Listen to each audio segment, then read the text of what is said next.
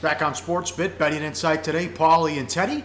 Here's our preview with the NFC West. Can anybody catch up with the Seahawks? Is anyone good enough? You know, the 49ers and the Rams are going to be down this year. Bad year for Arizona. 2 years ago, they went to the NFC Championship game, and then the wheels came off. Here's the NFC West preview on SportsBit. Left Coast bias for us. We'll start on the West Coast with the Arizona Cardinals, lined at 7.5 wins last year. 7-8-1 straight up, 6-10 ATS, 10-6 to the over, 7 straight overs to close out the season. What was this, Teddy? Plus 56 point differential, but still had a losing record. Yeah, they had by far the best point differential of any team with a losing record in the NFL. Only 6 NFL teams were higher. Now let's let's set the stage here for a minute. All right, with these team previews, and we will do all 32 of these over the course of the summer months. All right, we talk about where the broader markets are with the win totals, but we don't have broader markets on the win totals right now. All we have still, is the South Point. I'm assuming we're going to see numbers in the next couple of weeks, hopefully sooner rather than later. But for now, hey, let's go to town using the South Point numbers. 7.5 as the opener, and that was a number that surprised me. I thought we would see Arizona 8.5, maybe 8. I did not expect a 7.5, especially when you talk about that point differential. And when you look at what happened last year, they went 2-4-1 in games decided by less than a touchdown, so they weren't very good in the close games. The games they lost to Buffalo, they lost to Minnesota when the Vikings stunk, they lost to the Rams, they lost to New Orleans, they lost to Carolina. All disappointing teams in the midst of 500/sub 500 seasons. They were favored in 12 of their 16 games. Although it's worth noting, they only had one cover in the 4 times they were a dog. That was the Week 16 upset win at Seattle. But the 7 straight overs to close out the season, when you look at their offseason moves, that's not what Bruce Arians and company wants for this team in 2017. Yep, before we do that, mainstream stats, turnover margin, 0. They were 28 takeaways, 4th in the NFL, and 28 giveaways. 2nd in offense in yards per game, 2nd in defense in yards per game. And that's why the pros were on these guys every week, because they loved their stats and their metrics. They led a league average rushing team 4.3 yards per carry, but only allowed 3.6 yards per carry on defense. Key stat here, what happened? I know you can go in depth here with the wide receivers not doing their job and getting open.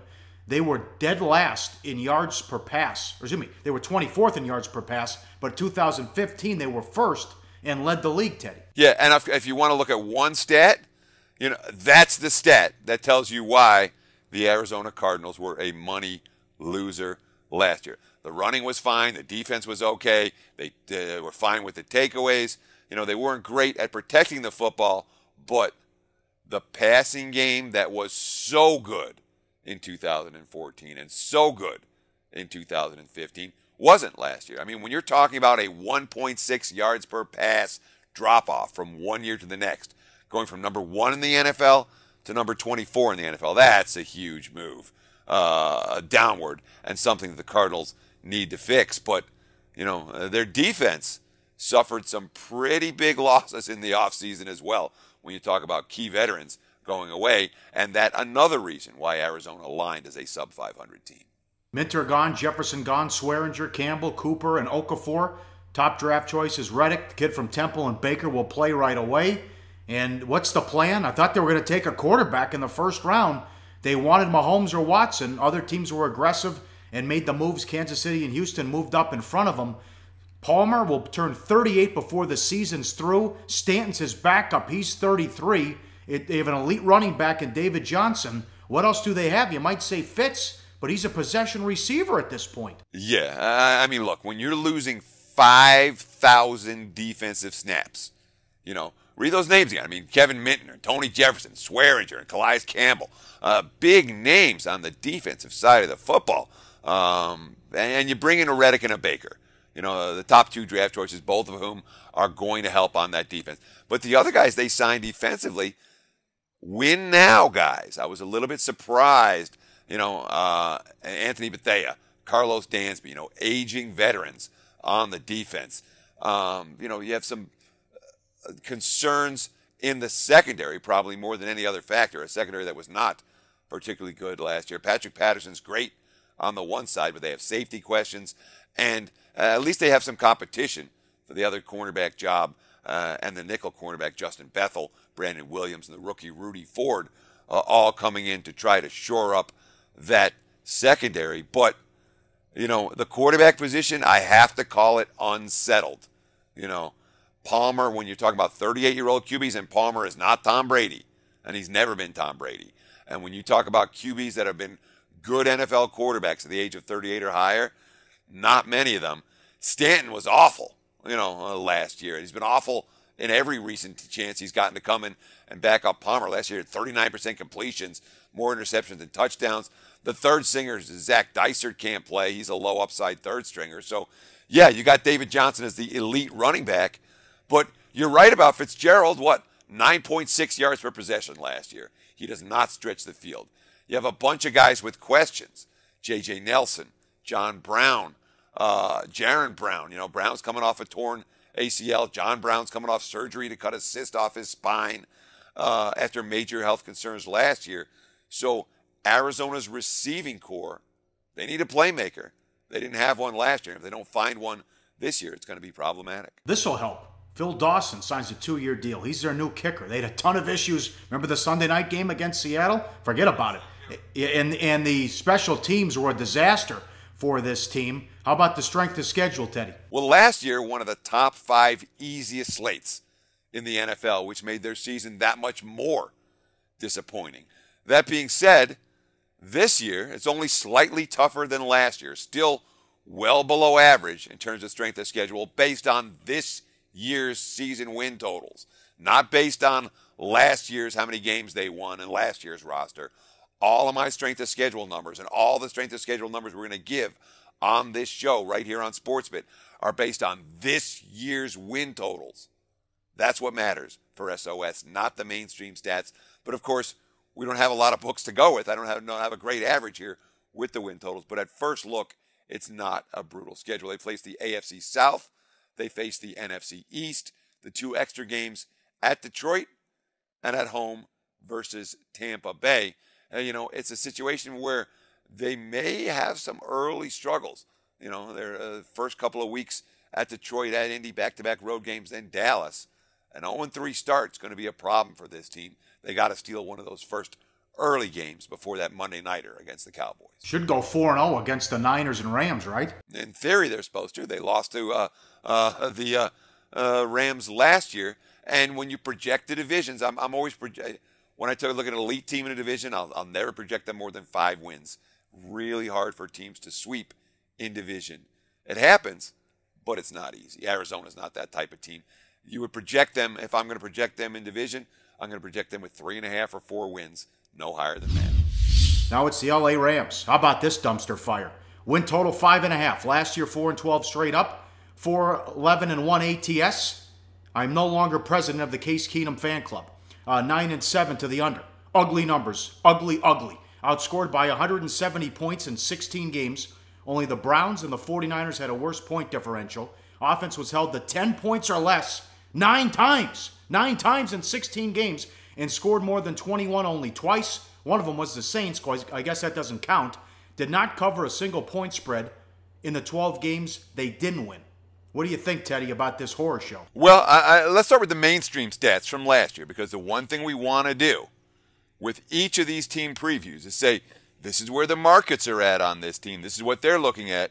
Are we above the markets or are we below the markets when looking at this particular team? And the mainstream stats from last year were pretty ugly. They had a -11 turnover margin, ranked number 28 in the NFL. Their 18 takeaways were low. The 29 giveaways were high. The number 32nd ranked offense. and it wasn't even close, Pauly. They were 45 yards per game below San Francisco's number 31 ranked offense. I mean, truly woeful numbers. The defense was ranked number 9, but we have to take that with a grain of salt, because in half of their games, by the second half, the opposing team's just looking to run out the clock in blowout wins. Yards per rush, they gained 3.3. That's number 31 in the NFL. Allowed 3.9. Again, better than average. Yards per pass 5.5. That's dead last in the NFL. And allowed 6.4. So all the mainstream numbers show this offense was abysmal. The defense may or may not have been half decent, but opposing teams didn't have to do a whole lot to beat a squad that couldn't score more than 10 points in more than half their games. Yep, CG Technology released the entire NFL schedule. The Rams aren't favored in one game. Their home games against San Francisco in Week 17. They're dogs in all of them. And as far as the star power, yeah, you have Goff, the number 1 overall pick. Gurley was great his rookie year, but the offensive line stinks. You do have Donald and Ogletree on defense. And now also you worry about the disadvantage in home games because they were so bad on offense, fans didn't want to come out and they left early. So you get a lot of opposing fans that would come in there as well because no one wanted to pay to go see that shit show. New coaching staff. McVay takes over as head coach. He'll call his own plays on offense like he did in D.C. Wade Phillips now takes over as defensive coordinator. Completely new schemes on both sides of the football. Yeah, and of course, you talk about and let me talk about the CG Technology lines for every NFL game through Week 16. Now, the Rams are likely to be favored against San Fran in Week 17, but they don't have lines up for that game. So we're talking about a team that lined at 5.5 wins. Gosh, they're not favored in any of their first 16 ball games. So they're going to have to pull 6 upsets of one sort or another to go over this win total. Let's talk about the new coaching staff. Sean McVay, certainly a bright offensive mind. It's his first gig. He's a young guy, and it's not going to be easy with this roster in transition, with a franchise in transition. Everything LA is doing is trying to get ready for when their real home is going to be ready.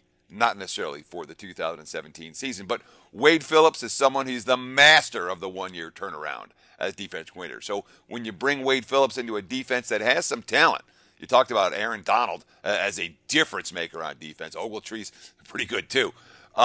There's potential for this defense to cash some tickets all by themselves. Down some picks because of the Goff trade, so you didn't get a lot of tools around him. 3 of their first 4 picks went toward building a receiving core. I like the Cup kid, wide receiver from Eastern Washington. They also took Josh Reynolds in the 4th, signed Robert Woods from Buffalo, gave him too much money to be their number 2. Say bye-bye to Kenny Britt and Brian Quick. They still have Austin, who's a talented kid, but he's never had a good quarterback with the Rams. They took another 2016 picks as well on Thomas and Cooper as well. The offensive line was horrible. They allowed the 2nd most sacks last season. They were 29th in adjusted line yards and adjusted sack rate. You can't develop a quarterback when he doesn't have time to throw and he's always on his butt, Ted. Yeah, and I mean, the biggest mistake you can make with a young QB is put him in a situation where he's going to get beat up and lose his confidence. And you know what? That happened to Jared Goff last year. It legitimately did. That offensive line wasn't just bad. They were woeful. They finished 29th in the NFL based on some advanced metric stats, adjusted line yards and adjusted sack rate. But it is an offensive line. They did spend some money in free agency. They bring in Andrew Whitworth and John Sullivan coming on board. Whitworth, of course, the Bengals are like, we don't need this guy anymore. He's on the downside of his career. But it's something for an offensive line that stunk. They're still talking about Greg Robinson being an impact player. He was the 2nd overall draft pick back in 2014. He's being moved over to the right side, and that means Rob Havenstein, who is going to move to right guard instead of right tackle. And the left guard, Roger Saffold, has been pretty bad himself as an underachiever. It's an offensive line that still has a lot of question marks, and so is the receiving core. I mean, you talk about all these young guys. Yeah, Cooper Kupp and Josh Reynolds and the tight end, Jared Everett, and last year, Farrah Cooper, who they brought in, Michael Thomas. All of these young guys, when you talk about veteran talent and the receiving core, I mean, it's Tavon Austin, who can't stay healthy and isn't very good, and that's about it. So when you have a young QB, a bad offensive line, and a very young receiving core, what do you expect, Pauly? Growing pains. Well, I'm not sold at all on Goff. I don't think he's going to make it in the NFL. I think Austin's talented and is explosive, but they can't get him the ball. Now you have the 3-4 defense with Wade Phillips, and they let T.J. McDonald go in free agency. Tremaine Johnson, they're missing him as well. They still have Tremaine Johnson. Yeah, Johnson's their number 1 cornerback, but they brought in a guy. They signed Webster to show up the secondary in free agency. What else do you think of the defense, and let us know about the schedule? Well, look, I mean, defensive, this team has talent. They've drafted a lot of defense. They have an impact player in Donald on the defensive line. but there are questions in that secondary. Tremaine Johnson, they're paying $17 million to fight this season, despite the fact that he's not elite and doesn't fit Phillips' schemes particularly well. Again, transitioning to a 3-4 defense. They need pass rushing linebackers. They don't really have that. Now, strength of schedule wise, last year slightly below average. They face a slightly weaker than average strength of schedule. This year, very comparable, slightly easier than average based on the current win totals for 2017. And they're still not favored in any game, Pauly. Of course, the NFC West faces the AFC South and the NFC East. There are 2 extra games for the LA Rams at Minnesota and at home to New Orleans. All right, I'm with you. Under 5.5. What do you think? I'm certainly not betting this team over 5.5. Let's put it that way. And the broader market may well move this line to 5 by the time people outside of Las Vegas are able to bet. San Francisco 49ers today.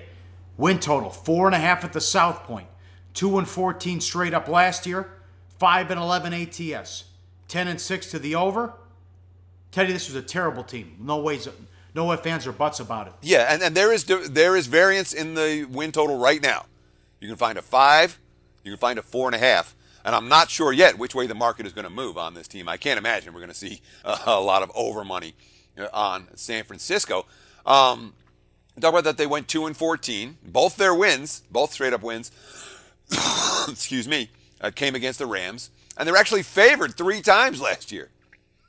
They were home to the Bucs.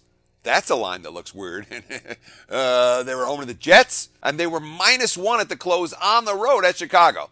Yeah, they lost all 3 of those games. Not a very good favorite. Turnovers 20 in takeaways, 25th in giveaways, -5.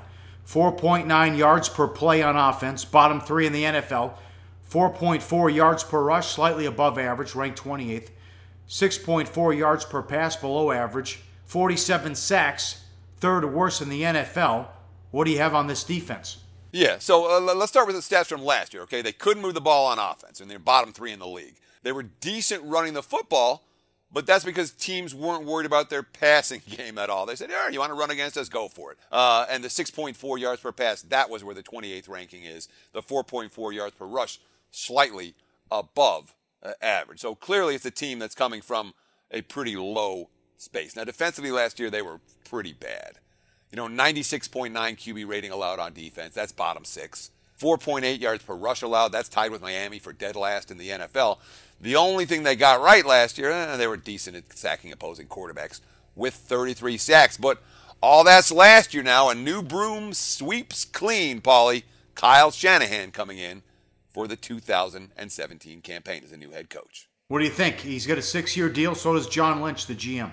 Yeah, I mean, that's the thing about San Fran when we think about this season. Shanahan's got a 6-year deal. Lynch has a 6-year deal. Nobody is in we got to win right now mode. And, of course, we liked Shanahan as an offensive coordinator. Well, at least until the Super Bowl, which I still can't get out of my head, Pauly. But, he was a good offensive coordinator. But you're talking about a team with talent. A coach is moving from a team with talent to a team with very limited talent. And it's not just Shanahan, a first-year, first-time head coach. It's not just Lynch, a first-year, first-time GM. Yeah, he did great fleecing the Bears in the draft, but can he remake a roster completely? We're about to find out. First-year, first-time defensive coordinator in Robert Saleh, a guy who worked with Shanahan with the Houston Texans from 2006 to 2009. During that time, Texas had a couple of Rookie of the Years, DeMeco Ryans and Brian Cushing. He has a ring from Seattle. But he also is a first-year, first-time coordinator. Now, here we have a whole new brain trust. And as of this week, the 49ers' 90-man roster features 50 different players that have been drafted or signed since Shanahan and Lynch took over. That's a 55% turnover on the roster, and we're not even in fall camp yet. It's insane how much player movement the 49ers have already gone through. Is this the worst roster in the NFL? It is a roster with a lot of holes. They made they had a ton of money to spend in free agency, and they spent some of it. Brian Hoyer looks like he's going to be their starting quarterback. Maybe Matt Barkley, they signed as a free agent. 3rd-round pick C.J. Beathard, who wasn't anyone that I was looking at in Iowa that I'm like, oh, this guy's the next coming in the NFL. It's probably going to be Hoyer or Barkley, and Barkley's been useless. Hoyer just hasn't been able to stay healthy. They signed Pierre Garçon, threw a ton of money at him. Signed one of the best fullbacks in football. But I'm horrible on his name, Jusic. But when you're talking about, they brought in Gary Gilliam as an offensive line from Seattle, and Jeremy Zutta from Baltimore via trade. Some roster upgrades, but we're not talking about a roster that's anywhere near the better teams in the NFL. And at the QB position, there aren't teams there. I can't think of a team that the Texans aren't worse than the 49ers. That's how bad it is for San Francisco at that QB position. All right, tell us about the schedule. Well, real quick, I want to talk about the defense and the top 3 picks. Solomon Thomas, Reuben Foster, Ahkello Witherspoon, the top 3, all on the defensive side of the football. All 3 units, one on the line, one in the linebacking core, one cornerback. This defense might be a little bit better if that young talent comes to play. Strength of schedule-wise, look, last year their schedule was easier than average. This year, based on the 2017 season win total numbers, their schedule is right around the league average, slightly below. The NFC West faces the AFC South and the NFC East, along with their own divisions, and the 49ers 2 extra games, Carolina and at Chicago in December. Neither of those look necessarily like victories. One note on their schedule, that they have 3 early start games out east in a 4-week span of October. They're at Indy, then they're at Washington, they're at Philly. The only home game they have between Thursday, September 21st and Sunday, November 5th is Dallas. So they'll be basically on the road for the better part of a 6-week span. It's not necessarily a real easy schedule for San Fran, even though the numbers show league average. What do you think? Are they going to win 5 games? I'm not going to bet the 49ers over. For San Francisco, it is under or pass for me. Seattle Seahawks, over under 10.5 wins last year. 10-5-1 straight up, 8-8 ATS, 9-7 to the over. All 5 straight up losses came as favorites. Only dogs once all year. Week 7 in Arizona. Also, they were underdogs. That's twice. They were also underdogs in Green Bay as well. Mainstream stats, 19 takeaways, 18 giveaways, 5.6 yards per play on offense, above average, 9.3 yards per rush, below average, 7.8 yards per pass, that's top 5, but they allowed 42 sacks, 6th highest. Defense, 7.2 yards per pass allowed, that was 18th. Huge decline from the 2nd ranking in 2015 and number 1 in 2014. Opposing QB rating of 85, still above the league average. 3rd in sacks, number 1 in the NFL, 3.4 yards per rush. What did they do in the draft, Teddy? And again, the offensive line's a big concern. Well, let's start with taking a look at those mainstream stats. There was one number that you transfixed. You said they averaged 9.3 yards per rush, and the Seahawks actually averaged 3.9 yards per rush. It was below average. They were not a good rushing team. What amazed me about last year's team was even with those offensive line woes, and even with all the injuries they suffered at wide receiver throughout the course of the campaign, they still averaged 7.8 yards per pass attempt. That's excellent, and it speaks volumes about how good Russell Wilson has been. And again, yeah, they took a ton of sacks. They allowed 42. They gained 42 sacks. We love the defense being able to put pressure on the opposing quarterback. The fact that Wilson probably scrambled out of 20 sacks, more than that maybe, and they still allowed the 6th most sacks in the NFL is something of a concern. So what did Seattle do? Let's start with the draft. Okay. A team that was number 1 in the NFL against the rush last year, they got a beast on the defensive line in Malik McDowell. He's no joke. And one thing the Seahawks have done this offseason, they have finally, Pauly, addressed the offensive line. The number 2 draft choice, Ethan Pokic out of LSU, is just one guy who they picked up. But I actually like the looks of this offensive line. They got Luke Joeckel out of free agency. Joeckel, out of free agency. And he's never lived up to his number 2 overall status in the draft. But the guy has some talent. There's a couple of... The one thing that offensive line has now that it didn't have a year ago, just about everyone has the ability and the potential to play multiple positions. So if nothing else, they'll be in a situation where they can switch players around if injury strikes. They could not do that last year, and it really hurt them. Hauschka gone. They signed Blair Walsh, so see if he can be their kicker. That's something to watch. You also have Eddie Lacy's. I mean, this really pisses me off. For the average Joe out there, this has got to give me a break. The guy's trying to eat himself out of the game. Already lost a job in Green Bay. Now he's in Seattle. He has to weigh in 7 times this year. He gets $55,000 for each month achieved. He nailed it the first time. He came in at 253. He's got another weigh-in coming up in June and August. He keeps tweeting he loves China food. That's what he calls it. But, I mean, hire a chef, do something. Where's his agent, his personal advisor? Put a lock on a kid's refrigerator. But the weight incentives breakdown, so far so good he passed there. I don't know, Tad. Does he do anything for you? The fact that he can even be on the field with his weight issue? Well, let's put it this way. Seattle has 11 running backs on the roster right now. Lacey's just one of them. And, I mean, they paid him money. The weight is, I mean, it's a significant amount of money you're talking about. He had to be under 255 in May, under 2. He can make $380,000. Yeah. I mean, it's a nice chunk of change. So he's trying to uneat his way back into the league, I guess, after making his first weight incentive. But, you know, the running back position, if you have a decent offensive line, you'll have a decent running game. I don't worry about whether it's going to be Eddie Lacy or somebody else, but he is a guy that's making headlines. Another guy that's making headlines this offseason is everyone's saying, oh, they're going to trade Richard Sherman, and Richard Sherman's going to go, and all these rumors about Richard Sherman because Seattle added 4 defensive backs in the draft, all in the 3rd and 4th round. So not guys that are projects, guys that in theory are supposed to be able to come in and give Earl Thomas or Cam Chancellor or Richard Sherman a little bit of competition. Pete Carroll's quote, "We're trying to build this roster to make it as competitive as we can. We haven't changed our tune on that at any time since we've been together because that's the way you do it for us. It's the way we think. It's the way we operate. Sometimes there are opportunities where guys come to you, and even though you have another good player at that same position, it's rare you could get a guy like that at that level, and we take him. We're not just drafting for the future.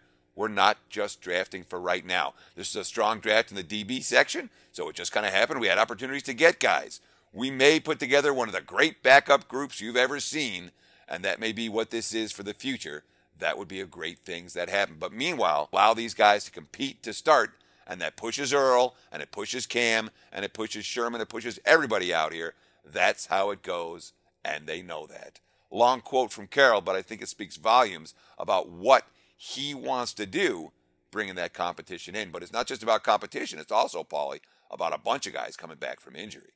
Yeah, injury update. Lockett, who broke his leg in Week 16, he's on track to come back. Chancellor is coming off double ankle surgery, which was cleanup in his ankles that Carroll said he's had problems with for years. He's not back to full speed, but he's working. Thomas broke his leg last year, did not need surgery. He's working hard. They hope to have him back as well. What do you have on the schedule? Well, last year, much easier than the average. In fact, it was the single easiest schedule in the NFL based on final records, which helped Seattle go 10-5-1 straight up in a year where they were a pretty mediocre football team in a lot of ways. This year, once again, they are easier than average, in large part because no other team in the division is lined above 500, and a couple of little hidden benefits for Seattle schedule-wise. We worry a lot about West Coast teams traveling east for early start game. We talked about San Fran. They have to do that 3 times in a 4-week span. Well, Seattle has a grand total of 1 early start game all year, Week 14 at Jacksonville. Every other game is a late start or a night game, very favorable in that regard. NFC West faces the NFC East and the AFC South this year. Seattle's 2 extra games at Green Bay, and of course they will get Atlanta at home in playoff revenge. You're asking an awful lot. They got to win 11 games here to go over. God, that's tough. Yeah, but you know, my gut reaction going into my Seahawks analysis was, yeah, I don't know about this team. And the more I've been reading and the more I read and the more I looked, I wouldn't bet them under. It'd be, Seattle is going to be elite again this year. They've been at the top of that division, and they once again look very much like the best team in the NFC West by a fairly wide margin. All right, that was the NFC West. Seattle will win the division again, in our opinion. Thanks for watching. We'll catch you next time on SportsBit Betting Insight Today.